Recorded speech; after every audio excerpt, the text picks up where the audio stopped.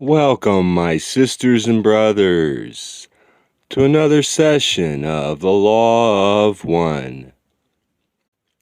It's my pleasure to share with you conscious channeling of LL Research. The question today has to do with teaching and learning. We're wondering just how teaching actually occurs as the result of our desire to teach and our attempting to teach certain subjects or topics. Much occurs by the very nature of our being, of who we are and how we are. QO, could you please speak to the topic of how teaching and learning really occur? We are the principle known to you as QO.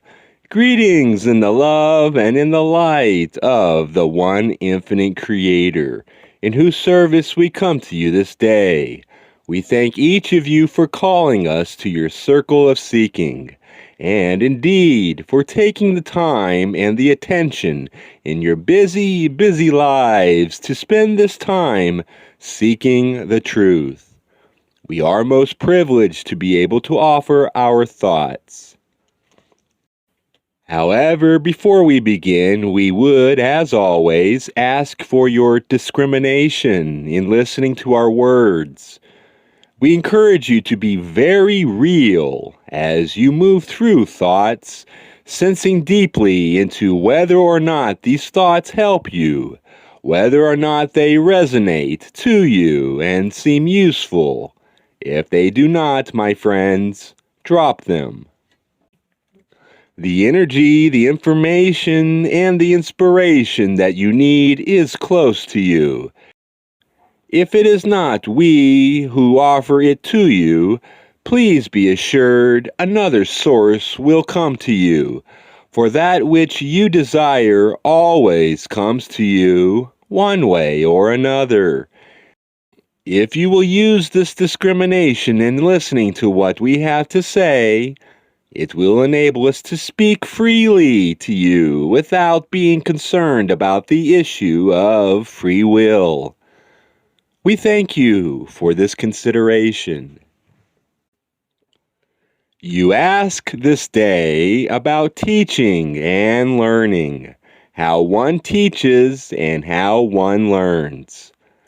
That is a question of enormous subtlety, and there is a wide variety in the ways in which we could approach this subject.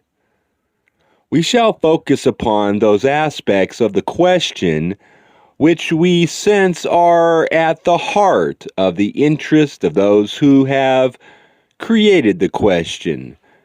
We wish to acknowledge beforehand that our response will be incomplete.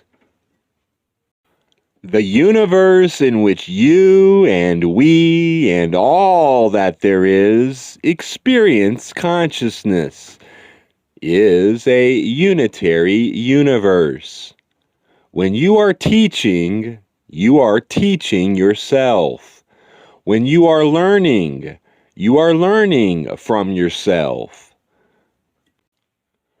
We wish to start with this very deep level of truth about teaching because, unlike many who ask about the teaching process, the energy companioning this query feels deep and spiritual in nature.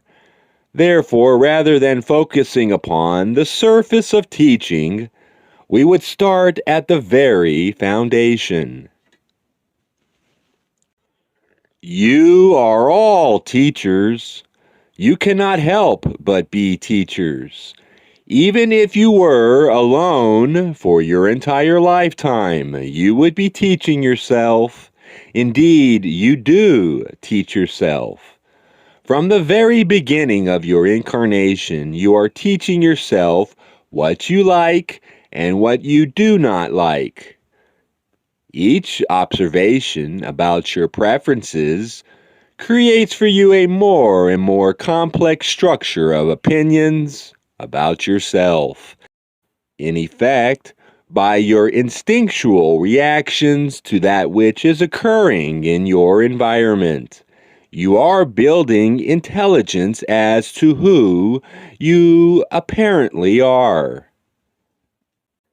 Because of the culture in which you live, this intelligence is composed almost entirely of the things that you learn when you are conscious and alert. However, much learning of the self by the self occurs beneath the level of alert, waking consciousness. Those levels of teaching occur when you are asleep and dreaming. You receive a tremendous amount of material that has been processed to a certain extent by your conscious mind. As you release your conscious mind and move into the deeper levels of the mind to take your rest, you also are able to open the door to those deeper levels which are unable to communicate in words. The deeper levels of the self communicate in images, concepts, colors, and various aspects of feeling. On the surface of your life, you might be experiencing a very muddy picture. It may seem to be a very chaotic, present-day experience. Beneath the surface of consciousness, however, there are tremendous resources available to you. They are, in a sense of dreaming, quite automatic to a certain extent. That which is on your mind have been important to you one way or another. That day registers like a knock on the door registers to someone in the house. By the focus of your waking concerns, you knock on the door of your deeper consciousness as you gain experience in working with your dreams. And you may even remember to ask, when you are knocking at the door unconsciously by your emotions and your feelings, for good guidance, for clear guidance, for the highest and best guidance. These create a stringent and focused knock upon the door that elicits clearer dreams or symbols, clearer images, and clearer feelings that come from the dreaming. Other ways in which you teach yourself are achieved also when you release consciousness.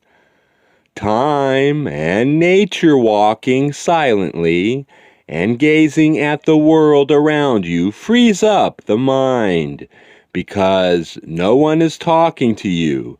You are not guarded, nor do you expect to comprehend, sense, or make sense. And so, your mind goes slightly out of focus, which is precisely the intent of such contemplative nature walks. This instrument would call this process letting the brain sag in the middle.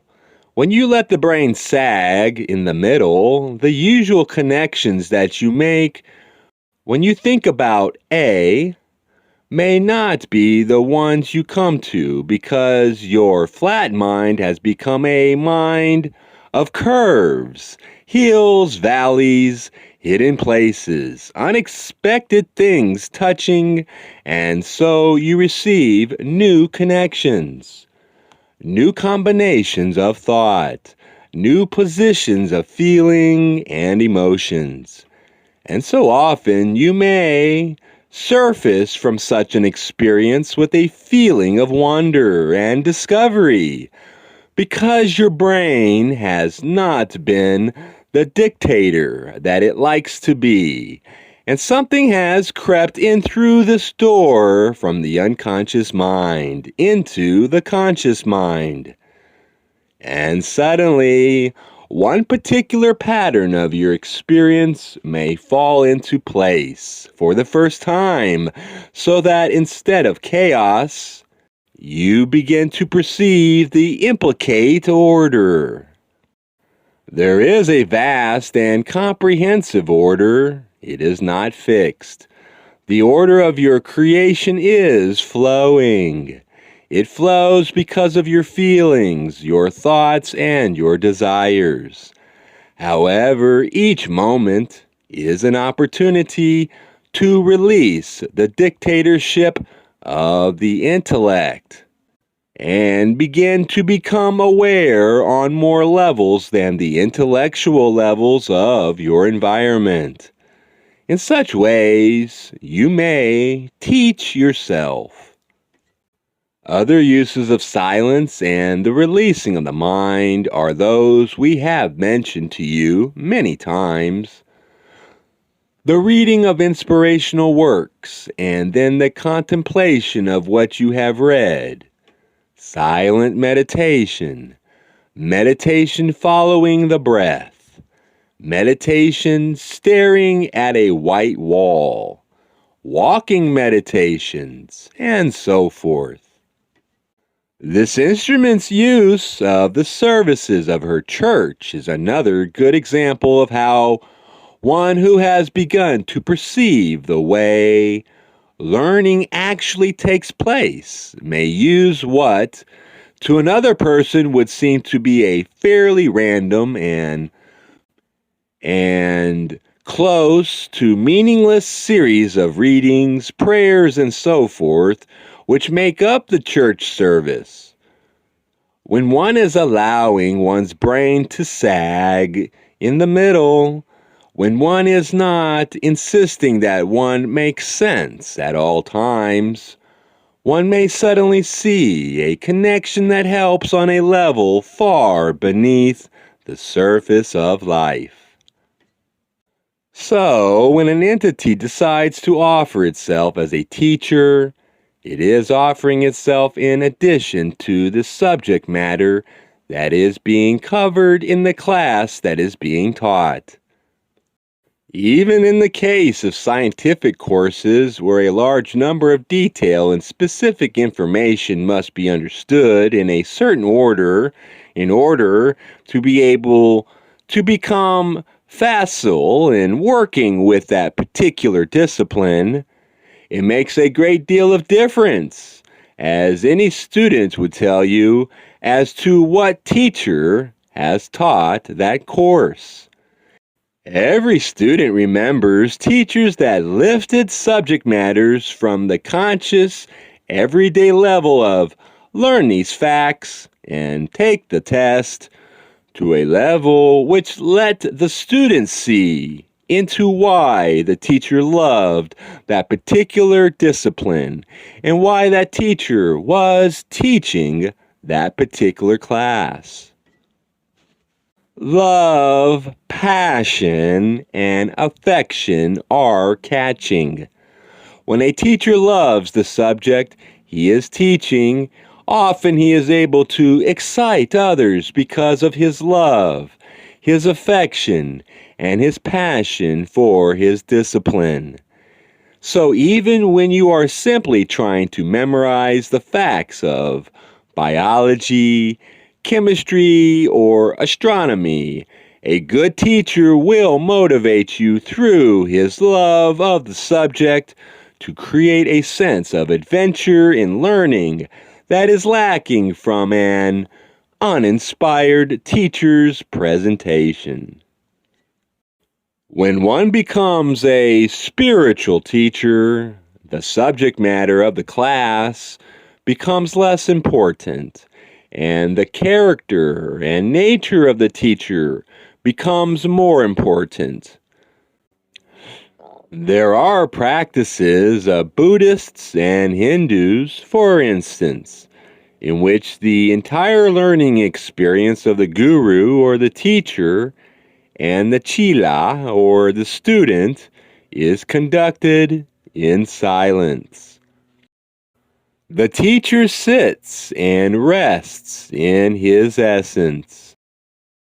Within the essence, there is affection, compassion, and all the gifts of the Spirit which have been granted to this teacher. Implicit in his silent meditation are his acceptance, true love, and all of the environment which points the student towards his own essence. It is as if the teacher is a star, twinkling in the night sky, that by its clarity of essence creates in the student the ability also to become such a star, twinkling, lucid, and clear. The teachings of the Guru do not have content in this preference. That is because the essence of spiritual teaching does not have content. Let us refine upon this thought, because it is a substance of one. When one is teaching how to understand what makes Herman Melville's book, Moby Dick, a good book, one can rely upon the book itself. One can talk with the student about the characters in the book. One can discuss what historical era that historical book was written in, and how that might have affected the writing of the book, to deepen the understanding of this or that aspect of the writing. When one is attempting to teach spiritual maturity, one is, in a pure sense, teaching entities how to be themselves by the teacher being himself. It would seem impossible for this to be an accurate or productive teaching technique, except for the fact that many generations of highly evolved spiritual seekers have used this technique in order to learn. The basic feeling in this type of learning is resting in the affection of the teacher. All of the cares of the world fade away, resting in this safe environment. Loved, cherished, supported, and encouraged. The student is then able, at last, to release all expectations except the experience of being with the teacher. And so the student humbly empties his mind of all except for his affection for his teacher. And in that trust, faith learning is passed from heart to heart, from soul to soul. It is an energy exchange. The student and the teacher are sharing awareness. At the moment that the student is allowing this connection, the teacher and the student become one. Why is this possible? It is possible because all entities are one. The teacher has simply found a way to help the student become aware of that blessed unity that underlies all the seeming separation and detail of the awakening human experience.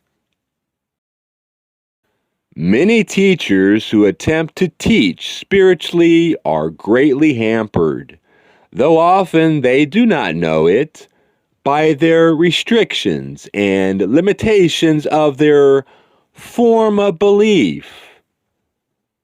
We do not speak strictly of religious belief here, although religion and their dogma are the most common sources of restrictions and limitation of being able to share the awareness of oneness and essence that is at the heart of spiritual teaching. Many wonderfully mature spiritual beings are, nevertheless, hampered greatly by the need to justify dogma. However, you will find that in every religion there are teachers who have been able to transcend the structures of dogma, so that as they work within the structures of their religion, they nevertheless are able to make connections that lie so far out of the box of that particular religion. Such entities have the impulse to create connections with other religions and to form spiritual relationships that go beyond any one dogma. We would offer the example of the one known as Thomas. This instrument is aware of the one known as Thomas Merton, for she has visited the gardens of Gethsemane, where this entity was a monk for many years and has listened to the sweet, solemn sounds of the chanting of the monks as they moved through one of the 6 daily services, blending the anonymity of the monks' robes with the ultimate idiosyncrasy of their individual voices, and then blending all of those individual voices into one instrument of worship, such as this entity's environment when he was teacher of the new arrivals to Gethsemane. This entity created bonds between the East and the West because he felt called to go to India and to Tibet and to create relationships with those in similar vocations in those places. And his work studying what is common to the East and to the West is greatly helpful to those who are caught in dogma, as is the work of the one known as Krishnamurti and many others who have done this combining and harmonizing work, trying to break the bonds of dogma. Unlike chemistry, unlike literature, unlike any intellectual pursuit, the pursuit of the spiritual is the pursuit of mystery. You cannot understand a mystery. However, you can become the mystery by inviting in that mystery, by embracing it, and by being willing to be charged by it. Entities come to a spiritual teacher not because they wish to add to their learning, although that is what they think they are doing. Entities come to a spiritual teacher because they wish to subtract distractions of their worldly life from the essence of their being until only the essence remains. So, the great spiritual teachers are those who are content to be. They do not have an axe to grind. They do not have a pet topic that they wish to lecture to you about. What they have in common is the quality of their own realization of self. This is the secret ingredient in all teaching. And therefore, if one wishes to be a teacher, one needs to engage in a style of living that leads one ever closer to honesty, self-acceptance, comfort within oneself, affection for oneself. These gifts of the self can only be given by the self. You cannot become compassionate by studying. You can only present yourself to your innermost heart as your own student and say, "Dear heart of self, dear Christ consciousness within me, teach me your ways, help me to become." This instrument has been reading a book called The Handbook for a New Paradigm, and one short prayer is suggested by this particular book. Lord, I am a human being. Help me to become. When you know who you are then free to change. When you are self-accepting, you are then free to evolve. Spiritual learning is not getting all the information needed and then having a degree in learning. In spirituality, spiritual learning is a mystery that occurs as the student begins to realize who she or he is, what his or her nature is. This instrument has, over and over again in her life, become tremendously excited and passionate because she has experienced herself. And in that experience, the self no longer contained the tired, drab garments of everyday personality. The self, any self, each of you, all of us, is a focal point in an infinitely complex and yet unified universe in which the Creator may learn about itself. So you, as a teacher, are responsible, basically, for being that focused light through which the Creator shines. You are getting your surface personality out of the way so that the Creator may shine through more clearly. Now, no entity in Western culture can teach in this silent way. There is always some content that is expected of a teacher in the Western culture. And certainly there are many, many good things said about many good subjects.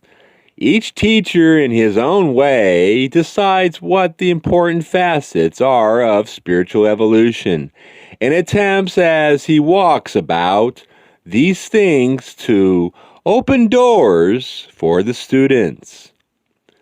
This instrument was saying earlier that when she is working with someone who is trying to understand a spiritual principle and how it applies to situations which may concern the student in everyday life, she does not lecture.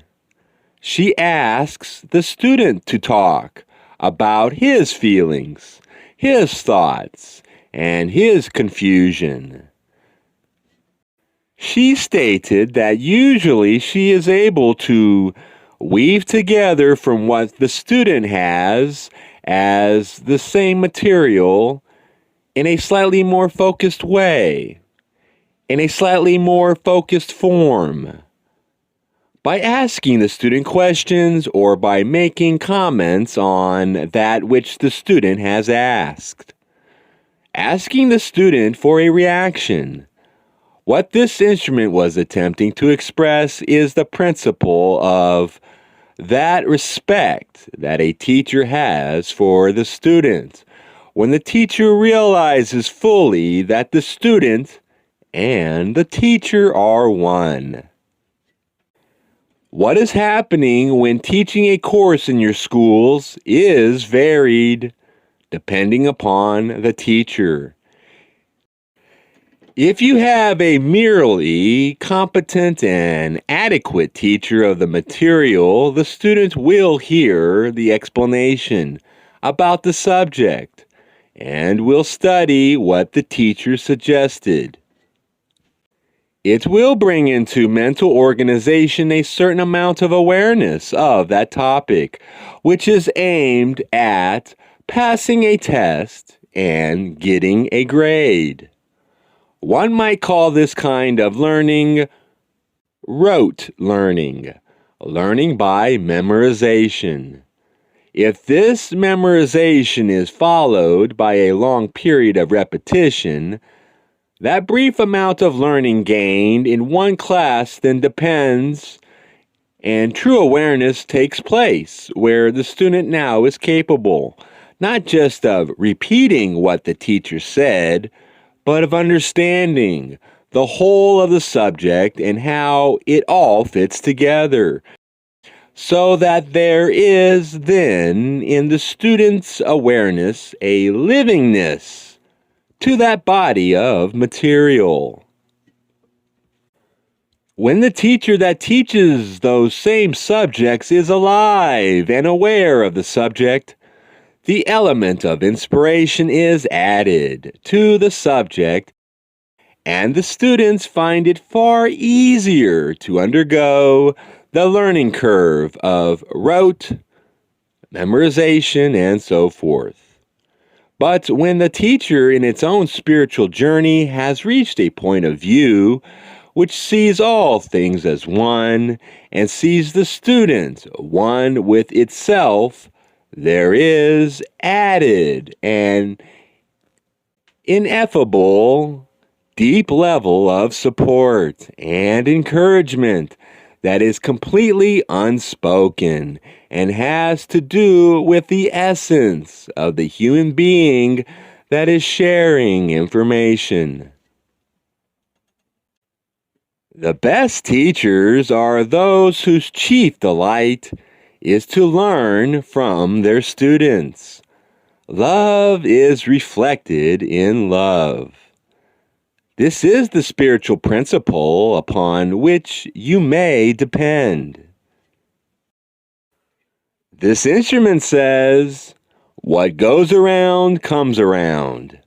If you wish to teach, be the person that you are.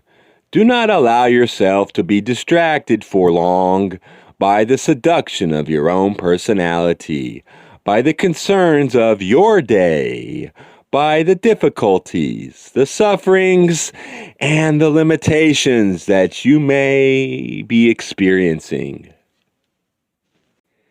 If you wish to be a good teacher, always go back to the center of self and be yourself. You are a window. This window you may open upon the creation of the Creator, and through you, entities may see light and love. When you offer that quality to your teaching, you are maximizing your role. And remember, it is a role. There is no end to the roles that you may play as you dance through the patterns of your life. Let your dance be grounded in self-awareness, and let yourself move to the music that you hear in your innermost heart. We are those of QO, and we thank you, my brothers and sisters. It has been a super novel, loving experience for us being with you this evening. We thank you once again for calling us for your circle of seeking. We leave you as we found you in the love and light of the infinite Creator. We are those of the principle of QO. Adone, Adone.